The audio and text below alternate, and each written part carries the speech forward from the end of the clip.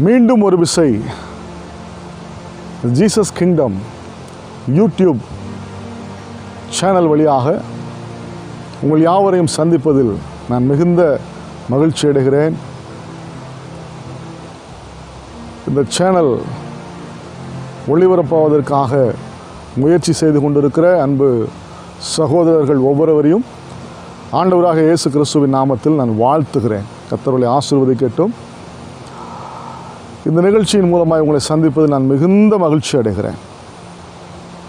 குடும்பத்தின் சார்பாக, ஊழியத்தின் சார்பாக உங்களை வாழ்த்துகிறோம். கர்த்தர் உங்களை ஆசீர்வதிப்பாராக. நான் செய்திக்கு நேராக நான் போகும்படி விரும்புகிறேன். ரூத் எழுதின புஸ்தகம் 2ஆம் அதிகாரத்தில் ஒரு வசனம் இப்படியாக சொல்லப்பட்டிருக்கிறது. 12வது வசனம், இஸ்ரவேலின் தேவனாகிய கர்த்தருடைய செட்டைகளின் கீழே அடைக்கலமாய் வந்த உனக்கு அவராலே நிறைவான பலன் கிடைப்பதாக. நான் மறுபடியும் சொல்லுகிறேன், இஸ்ரவேலின் தேவனாகிய கர்த்தருடைய செட்டைகளின் கீழ் அடைக்கலமாய் வந்த உனக்கு அவராலே நிறைவான பலன் கிடைப்பதாக. ஆண்டவராகிய தேவனை நோக்கி, எனக்கு உம்மை தவிர வேறு அடைக்கலம் இல்லை என்று சொல்லி, நீரே என் நம்பிக்கை, நீரே என் அடைக்கலம், நீரே என் கோட்டை என்று சொல்லி அவரிடத்தில் வந்த ஒவ்வொருவரையும் அவர் ஆசீர்வதித்திருக்கிறார். அவர் கைவிட்டதில்லை. எத்தனையோ பேரை நான் வேதத்திலிருந்து சொல்ல முடியும். 1 சாமுவேல் 1ஆம் அதிகாரத்தில் நாம் வாசிக்கிறோம், அன்னாள் தேவ சமூகத்தில் போய் தன் இருதயத்தை ஊற்றி ஜெபித்தாள். அவருடைய குடும்பத்தில் நம்பி கொண்டு வந்த பெண்ணினாள் அவளை மனமடிவாக்கினாள், மனம் சோர்ந்து போகும்படி செய்தார். எப்பொழுதெல்லாம் அவள் மகிழ்ச்சியாக இருக்க சூழ்நிலைகள் உருவாகிறதோ அப்பொழுதெல்லாம் அவருடைய மனதை மனம் அடிவாக்கினாள் என்று சொல்லி பார்க்கிறோம். தேவ சமூகத்தில் தன் கண்ணீரை ஊற்றி ஜெபித்தாள், தன் கண்ணீரை ஊற்றி ஜெபித்தாள், தன் இருதயத்தை ஊற்றினாள். என் ஆண்டவர் கேட்டார். அவர் கேட்டு அவள் விண்ணப்பம் பண்ணினதைப் போலவே மலடி என்கிற அவருடைய பட்ட பெயரை மாற்றும்படியாக சாமுவேல் என்கிற ஒரு அருமையான தீர்க்கதரிசியை கொடுத்தார். பிரியமான கர்த்தருடைய பிள்ளைகளை, ஒருவேளை உங்களுடைய வாழ்க்கையில் ஒன்றுமில்லாமல் எல்லாராலும் பகைக்கப்பட்டு, எல்லாராலும் கைவிடப்பட்டு, ஒருவேளை ஒதுக்கப்பட்டு இருக்கலாம். ஆண்டவராகிய தேவனிடத்தில் நீங்கள் நம்பி வரும்போது தொலைந்து போனவங்களுடைய வாழ்க்கையும் தொலைத்து போனவங்களுடைய ஆசீர்வாதங்களையும் அவர் திரும்ப கொடுக்க போதுமானவராக இருக்கிறார். லூக்கா 19ஆம் அதிகாரம் 10ஆம் வசனம் இப்படி சொல்லுகிறது, இழந்து போனதை தேடவும் ரட்சிக்கவுமே மனுஷகுமாரன் வந்திருக்கிறார். அவருடைய வாழ்க்கையில் இழந்து போன எல்லா நன்மைகளையும் ஆசீர்வாதங்களையும் அவர் திரும்ப கொடுக்க போதுமானவராக இருக்கிறார். அதே ரூத் புஸ்தகத்தில் 1ஆம் அதிகாரத்தில் வாசிக்கும் போது, எருசலேமிலே தேவனுடைய வீட்டிலே அப்பம் குறைபட்ட போது நகோமியும் அவருடைய குடும்பத்தாரும் மோவாப் தேசத்திற்கு போனார்கள். மோவாப் போனபோது அவருடைய வாழ்க்கையில் நம்பியிருந்த எல்லா நம்பிக்கையும் அற்று போனது. கணவன் மரித்து போனார், 2 பிள்ளைகளும் மரித்து போனார்கள். என்ன செய்வதென்று தெரியவில்லை. நகோமியுடைய வாக்குமூலம் எப்படி சொல்லுகிறது, நான் நிறைவுள்ளவளாய் போய் நான் குறைவுள்ளவளாய் திரும்ப வந்திருக்கிறேன்.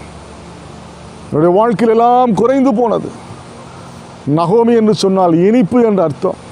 அவள் சொல்லுகிறாள், இனிமேல் என்னை நகோமி என்று சொல்லாமல் மாறாள் என்று சொல்லுங்கள், நான் கசப்பாய் வந்திருக்கிறேன், நான் கசப்போடு இருக்கிறேன் என்று சொல்லி அவள் சொல்லுகிறதை பார்க்கிறோம்.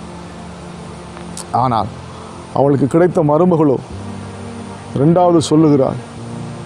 மூத்தவள் ஒருபாள்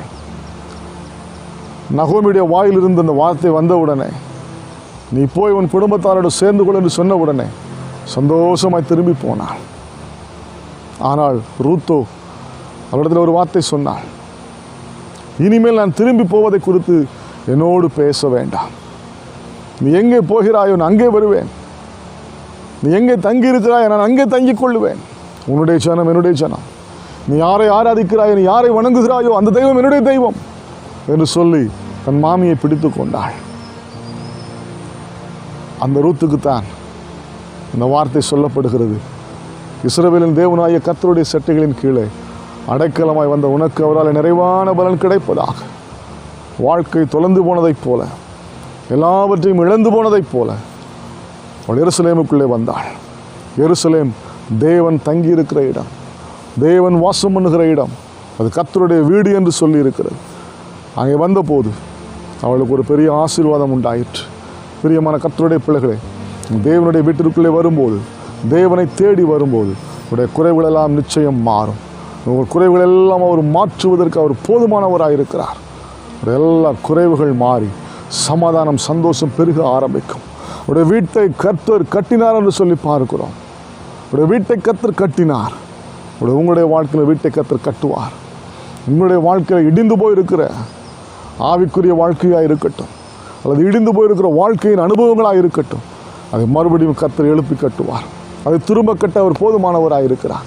நீங்கள் அவருடைய சமூகத்தில் வந்து அவரோடு இணைந்து நடப்பதற்கு பழகிக்கொள்ளுங்கள். அவருடைய சத்தத்தை கேட்பதற்கு பழகிக்கொள்ளுங்கள். அவருடைய சமூகத்தில் வந்து காத்திருங்கள். இவள் வந்து தன்னை ஆண்டவருடைய சமூகத்தில் நிறுத்தி கொண்டாள். பிரியமான கர்த்தருடைய பிள்ளைகளே, நீங்களும் அவரை நம்பி அவரை அடைக்கலமாய் கொண்டிருப்பீர்கள் என்று சொன்னார், அவர் நிச்சயம் உங்களை உயர்த்துவார். உங்களுடைய வாழ்க்கையிலே பெரிய மாற்றங்கள் உண்டாகும். உங்களுடைய எதிர்பார்ப்புகள் சந்திக்கப்படும். உங்களுடைய கண்ணீர் துடைக்கப்படும். உங்களுடைய வியாதிகள் சுகமாக்கப்படும். உங்களுடைய எதிர்காலம் எல்லாம் சிறந்திருக்கும். எதிர்காலத்தை குறிக்க நம்பிக்கை இல்லாமல் இருக்கிறீர்களோ, எதிர்காலத்தை குறித்த எந்த விதமான லட்சியம் இல்லாமல் ஓடிக்கொண்டிருக்கிறீர்களோ, என் ஆண்டவராகிய தேவன் அதை எல்லாவற்றையும் மாற்றி அவர் ஆசீர்வதிக்க போதுமானவராக இருக்கிறார். அவரை நம்பி பாருங்கள். அவரை நம்பி பாருங்கள். உடைய வாழ்க்கையிடத்தில் ஒப்பு கொடுத்து பாருங்கள். ஆரோனுடைய கோல் துளித்ததைப் போல உங்களுடைய வாழ்க்கை துளிர்க்கும். ஆரோனுடைய கோல் துளிர்த்ததைப் போல உங்களுடைய வாழ்க்கை துளிர்க்கும். அவர் துளிர்க்க செய்வார். பிரியமான கர்த்தருடைய பிள்ளைகளே, உடைய நம்பிக்கை ஒரு நாளும் வீண் போவதில்லை. உடைய நம்பிக்கை ஒரு நாளும் வீண் போவதில்லை. ஏனென்று சொன்னால் நீங்கள் சகலத்தை உருவாக்கின தேவனை ஆராதிக்கிறீர்கள். சகலத்தையும் உருவாக்கின தேவனிடத்தில் வந்திருக்கிறீர்கள். ரோமர் 4:17 சொல்லுகிறது, அவர் இல்லாதவர்கள் இருக்கிறவர்களை போல பெயர் சொல்லி அழைக்கிற தேவன். அவர் சொல்ல ஆகும், அவர் கட்டளையிட நிற்கும். வாழ்க்கையில் அவர் சொல்ல விரும்புகிற காரியங்களை நீங்கள் கேட்டபடி நடப்பீர்கள் என்று சொன்னால் ஒரு பெரிய ஆசீர்வாதம் உண்டாகும், நன்மை உண்டாகும், கிருபை உண்டாகும். அவரை நம்பிக்கொள்ளுங்கள், அவர் அண்டிக் கொள்ளுங்கள். ஒரு வாழ்க்கை ஒரு நாள் வீணாய் போவதில்லை. உங்களை ஏமாற்றின ஜனங்கள் நடுவில், உங்களை வேதனைப்படுத்தின, துக்கப்படுத்தின, உங்களுடைய இருதயத்தை உடைந்து போக பண்ணின ஜனங்கள் நடுவில் அவங்களை உயர்த்தி வைக்க அவர் போதுமானவராக இருக்கிறார். நிச்சயம் உயர்த்துவார். ரூத்துக்கு சொன்ன அதே வார்த்தை தான் கர்த்தர் உங்களுக்கு இந்த நாளிலே சொல்லுகிறார். ஒரு நிறைவான பலனை கர்த்தர் கட்டளையிடுவார். நிறைவான பலனை கர்த்தர் கட்டளையிடுவார். உங்களுடைய வாழ்க்கை குறைவுபடுவதில்லை. உங்கள் வாழ்க்கை குறைவுபட்டு போவதில்லை. குறைவுகள் நிறைவாகும். உங்களுடைய நம்பிக்கை வீணாய் போவதில்லை. எல்லாம் ஜெயமாய் மாறும். அவரை நம்பி பாருங்கள்.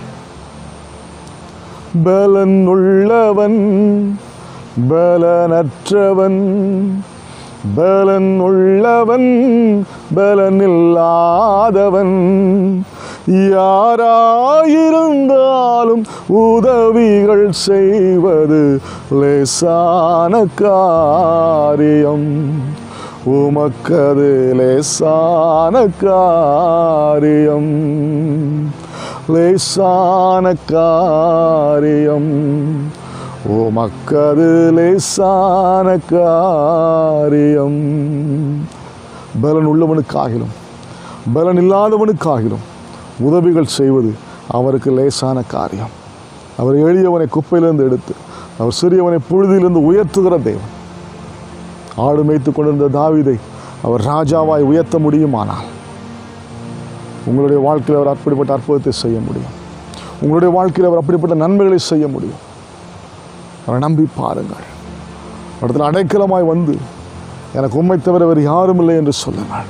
திக்கற்றவர்களுக்கும் அநாதைகளுக்கும் விதவைகளுக்கும் அவர் உதவி செய்கிற தேவன். அவருடைய ஜெபங்களை கேட்கிற தேவன். அவர்களை தள்ளாத தேவன். உங்களை ஒரு நாள் தள்ளிவிட மாட்டார். அவரிடத்தில் ஒப்பு கொடுத்து அவரிடத்தில் நம் ஜெபத்தோடு நாம் வந்து நிற்கும்போது அவர் நிச்சயமாய் நம்மை ஆசீர்வதிப்பார். நம்முடைய கவலை துக்கங்கள் எல்லாம் மாறும், நம்முடைய கண்ணீர் எல்லாம் மாறும், போராட்டங்கள் எல்லாம் மாறும், தோல்விகள் எல்லாம் ஜெயமாய் மாறும். நான் ஆராதிக்கிற தேவன் அவர் நிச்சயம் உங்களை விடுவிக்க வல்லவராயிருக்கிறார். அவர் நிச்சயம் உங்களை விடுவிக்க வல்லவராயிருக்கிறார். அன்னாளுக்கு உதவி செய்தவர், ரூத்தை ஆசீர்வதித்தவர், உங்களையும் ஆசீர்வதித்து உங்கள் பிள்ளைகளையும் குடும்பங்களையும் தழைக்கச் செய்து உங்களை பெருகச் செய்வார். உங்களை பெருகச் செய்வார்.